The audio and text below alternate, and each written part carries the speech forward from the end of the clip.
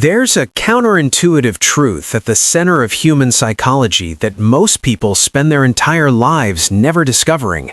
The more available you are, the less people value you. The more you pull back, the more you occupy their minds. This is not manipulation. It is not a social trick. It is one of the most well-documented principles in behavioral science, and once you understand the mechanisms behind it, you will never see your relationships, your influence, or your sense of self-worth in quite the same way again. Today, we're going to explore why your absence is, in many cases, more powerful than your presence. Let us start with a concept that most people have heard of, but very few truly understand in its psychological depth.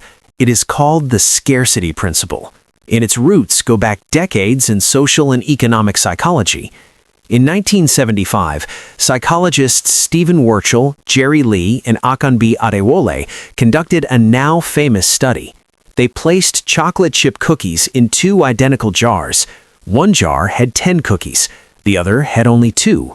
The cookies were the same, the jars were the same, the only difference was quantity.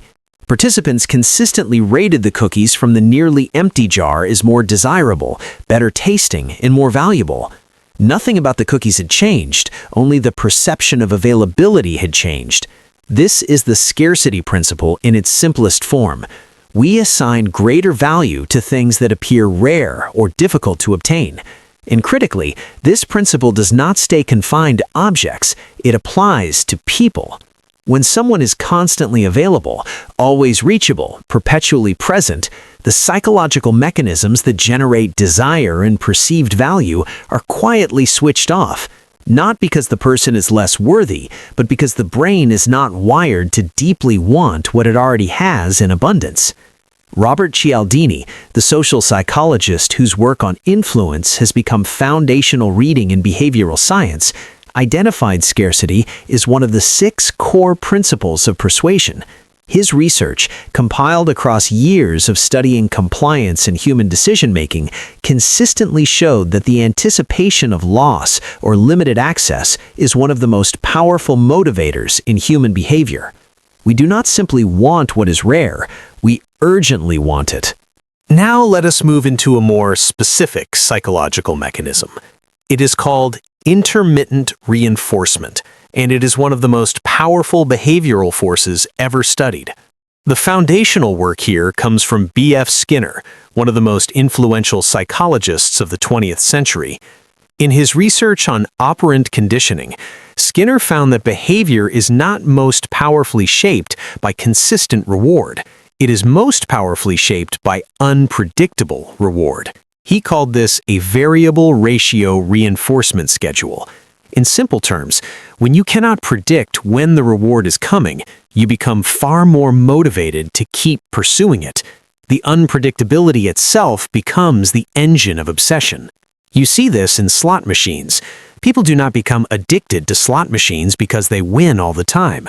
They become addicted precisely because they win sometimes, unpredictably, with no pattern they can identify. The brain interprets that unpredictability as meaningful. It keeps seeking, keeps hoping, keeps returning. Now apply this to human presence and absence.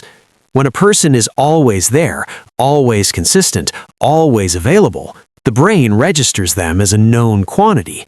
Neurologically, what is fully predictable generates less dopamine, the neurotransmitter associated with reward seeking and motivation. What is unpredictable, on the other hand, triggers significant dopamine activity. The brain perks up, attention sharpens. The person becomes, on a neurological level, more interesting. This is not a comfortable truth. It suggests that in many relationships, the partner who is slightly less available, who creates mild and genuine uncertainty, is often perceived as more compelling, more desirable, more worth pursuing. Not because they are playing games, but because their patterns of presence and absence interact directly with the brain's reward circuitry. There is a related concept here that deserves careful attention. Psychologists call it psychological reactance. Reactance theory, first formally articulated by social psychologist Jack Brehm in 1966, holds that when people perceive their freedom or access to something as being threatened or reduced, they experience a motivational arousal to restore that freedom. In plain terms, tell people they cannot have something or let them sense they might lose it and they want it significantly more. This has been demonstrated repeatedly in research contexts. In one study, parents who were told a certain toy had become unavailable rated it as more desirable for their children than parents who had unrestricted access to the same toy. The restriction itself created demand. When you are constantly present, there is nothing to trigger reactance. There is no perceived threat of loss, no reduction of access, nothing to push against. Your presence is simply there, like air, and no one thinks particularly hard about air until it becomes scarce. When you step back, reduce your availability, create genuine distance, the people around you often experience a form of psychological reactance. The question arises in them, am I losing access to this person? And with that question comes heightened attention, increased effort, a recalibration of how much they actually value what they may be losing. Let us ground all of this in something more concrete and recognizable. Consider what happens in the professional world when someone announces they are leaving a job. A common experience, documented and discussed widely in organizational psychology, is that the moment an employee puts in their resignation, they often receive more appreciation, more counteroffers, more acknowledgement than they received in years of consistent service. Their absence has become imminent. Suddenly, their value is visible. This is not simply a matter of management being ungrateful. It is a predictable psychological response. When presence is ongoing and uninterrupted, human beings are cognitively efficient. They adapt. They habituate. The brain stops processing what is constant and familiar because doing so would be metabolically wasteful. Psychologists call this habituation, the decline in response to a stimulus as it becomes familiar and non-threatening. Absence disrupts habituation. It forces a reevaluation. The brain is suddenly required to process the loss of something it had stopped consciously appreciating. Dr. Adam Grant, organizational psychologist at the Wharton School, has written extensively about the dynamics of value and visibility in the workplace. His research on givers and takers points to a related phenomenon. Those who consistently overgive, who are always available, always accommodating, often find themselves taken for granted, seen as a resource rather than as a person of distinct worth. Selective unavailability, thoughtfully practiced, can shift that perception fundamentally. The same mechanism operates with striking clarity in the psychology of romantic relationships. Attachment theory, developed by British psychologist John Bowlby and later expanded by researchers like Mary Ainsworth and Philip Shaver, describes how people form emotional bonds and how their attachment styles shape their responses to closeness and distance. Research consistently shows that people with secure attachment can tolerate the natural ebb and flow of closeness without anxiety.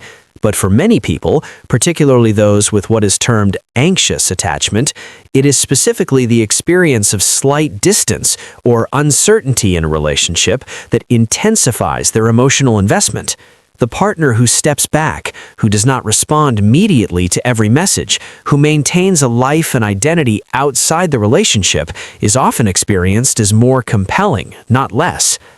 This connects to what relationship researchers sometimes call the Madonna-whore complex in reverse, or more accurately, the psychological difference between certainty and mystery.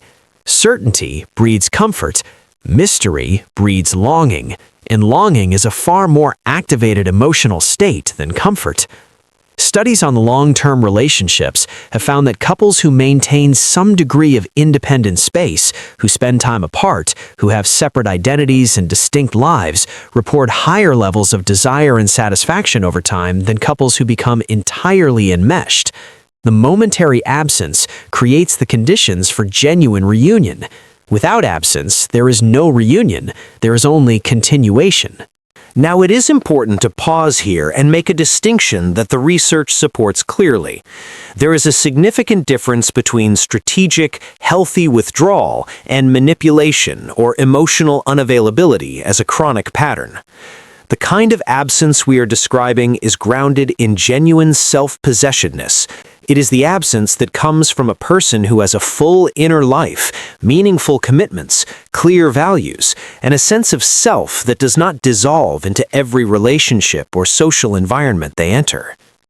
Clinical psychologist and author Dr. Harriet Lerner, in her extensive work on relationship dynamics, draws a careful line between healthy differentiation and emotional withdrawal used as punishment or control. Differentiation, she explains, is the capacity to remain who you are while in close contact with others. It is not distance for its own sake. It is the natural space that exists when a person maintains their own identity. That quality, the quality of being someone who does not need constant validation, who does not reshape themselves to fit every room, who is genuinely comfortable with their own company, is consistently rated as one of the most attractive and compelling qualities a person can possess. It is not aloofness, it is not coldness, it is groundedness. And groundedness creates mystery because a grounded person cannot be entirely known, entirely possessed, entirely explained. There is always something more to understand. That is compelling in a way that anxious over-availability never is. Let us now look at this phenomenon through the lens of social media and modern communication, because the research here is particularly striking. Over the past decade, a number of studies in social psychology have examined how constant digital availability has affected interpersonal perception. One consistent finding is what some researchers call the paradox of visibility. The more we share, the less interesting we become to others. A study published in the journal Computers and Human Behavior found that users who posted more frequently on social media were perceived by others as less interesting and less mysterious than those who posted selectively. The constant stream of updates created familiarity, and familiarity, as we have already established, works against perceived value. There is also research on response latency in digital communication, the time it takes to reply to messages, that reveals something psychologically significant. People who respond to messages immediately, every time, are often perceived as less busy, less in demand, and counterintuitively, less attractive as social partners than those who respond more selectively. The delay, even a brief one, signals that the person has other demands on their attention. They are not waiting. They have a life. That signal, trivial as it may seem, carries psychological weight. This is not an endorsement of playing games or deliberately ignoring people. It is an observation about what constant, frictionless availability communicates about a person's sense of their own value. When you treat your time and attention as infinitely available, others will follow your lead. There is a deeper psychological principle beneath all of this that ties it together, and it is perhaps the most important concept in this entire discussion. It is the psychology of self-concept and reflected appraisal.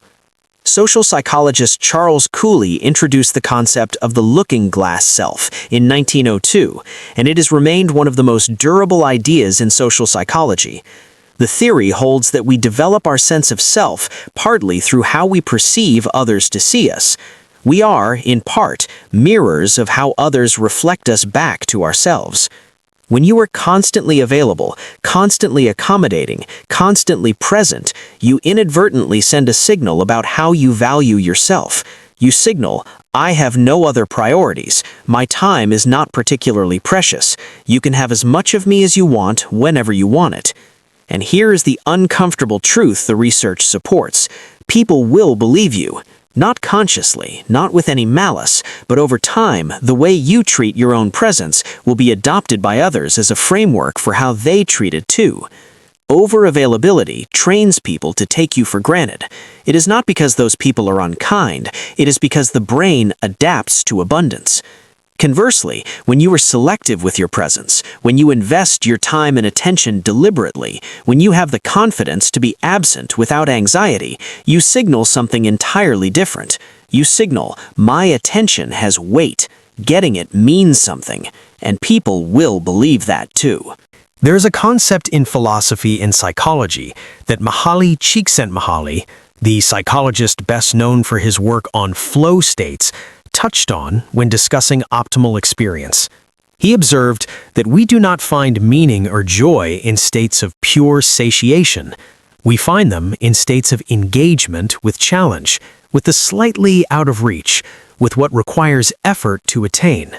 Full, constant availability removes all challenge. It removes the effort, and with the effort goes much of the meaning. This is true not only in how others perceive you, but in how you perceive yourself. Many people discover, often only after significant time has passed, that their relentless availability was not generosity, it was anxiety. It was a deep-seated fear that if they stopped being needed, they would stop being wanted. That if they were not constantly present, they would be forgotten or replaced. That fear, though understandable, produces exactly the outcomes it is trying to prevent. The more anxiously present you are, the more your presence loses its power. The more you cling to connection, the more elusive genuine connection becomes. So what does the research suggest we actually do with all of this? The first and most important principle is to invest in genuine self-possession, not the performance of unavailability, but the actual construction of a rich inner life. Pursue the things that make you feel alive and purposeful, independently of any relationship or social audience. When you genuinely have somewhere to be, something to do, a life that does not pause in waiting, your presence becomes an event rather than a given. The second principle is to be deliberate about your attention. Attention is one of the scarcest and most valuable things you can offer another person. When you give it freely and constantly, it loses its signal value. When you give it with genuine selectivity, it communicates something meaningful. It says, out of everything competing for my focus right now, I chose you. That is a far more powerful message than, I am always here, take as much as you want. The third principle is to become comfortable with absence, including from yourself. Many people fill every moment with noise, with busyness, with social connection, because the silence of their own company feels threatening. But the capacity to be alone, to be genuinely comfortable in solitude, is one of the strongest predictors of psychological health that the research identifies. Psychologist Esther Buchholz spent decades arguing that solitude is not the absence of connection, but a necessary alternation with it. The people who are most capable of genuine intimacy are those who can also be deeply alone. The fourth principle is to trust in the value of letting things breathe. In communication, in relationships, in professional contexts, not every gap needs to be filled. Not every silence requires a response. Not every absence needs to be justified or apologized for. Confidence is, among other things, the willingness to let space exist without panic. There is a story that has been cited in various forms across the psychology and philosophy literature that captures this beautifully, and it comes from an observation about how great artists and thinkers have always understood their work. The sculptor does not add material to create beauty. The sculptor removes it. Michelangelo is reported to have said, though the exact origins of this quote are debated, that the statue already existed inside the marble. He simply removed what was not the statue. Presence, in a similar way, is not always made more powerful by more of it. It is often made more powerful by the careful, intentional removal of the excess. What remains, when something is rare and carefully given, is perceived as more valuable, more beautiful, more worth attending to. The most influential people in any room are rarely the loudest. The most compelling people in any relationship are rarely the most desperate for attention. The most respected colleagues are rarely those who are always performing. They are the ones whose presence carries weight because their absence would actually be felt. Let us close with this thought. The psychology we have explored today does not tell you to withdraw from the people you love. It does not tell you to be cold or distant or to play games with those who deserve your genuine care.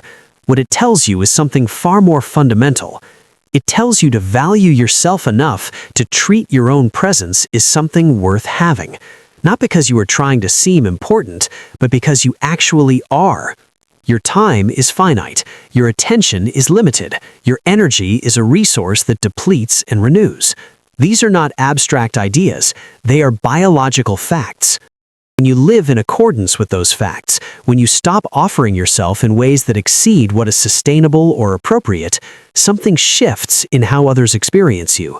Not because you have become less available, but because you have become more real. A person who is always there for everyone is, paradoxically, less present, because they have spread themselves so thin across so many places that there is no concentrated weight anywhere. A person who is selectively, genuinely there, who brings their full attention only when they have it to give, who is comfortable being absent without guilt or explanation, that person is felt when they arrive. And that is the quiet, research-backed truth at the center of everything we have discussed today. Your absence, wielded not as a weapon, but as an expression of self-respect, is one of the most powerful things you possess. Use it wisely.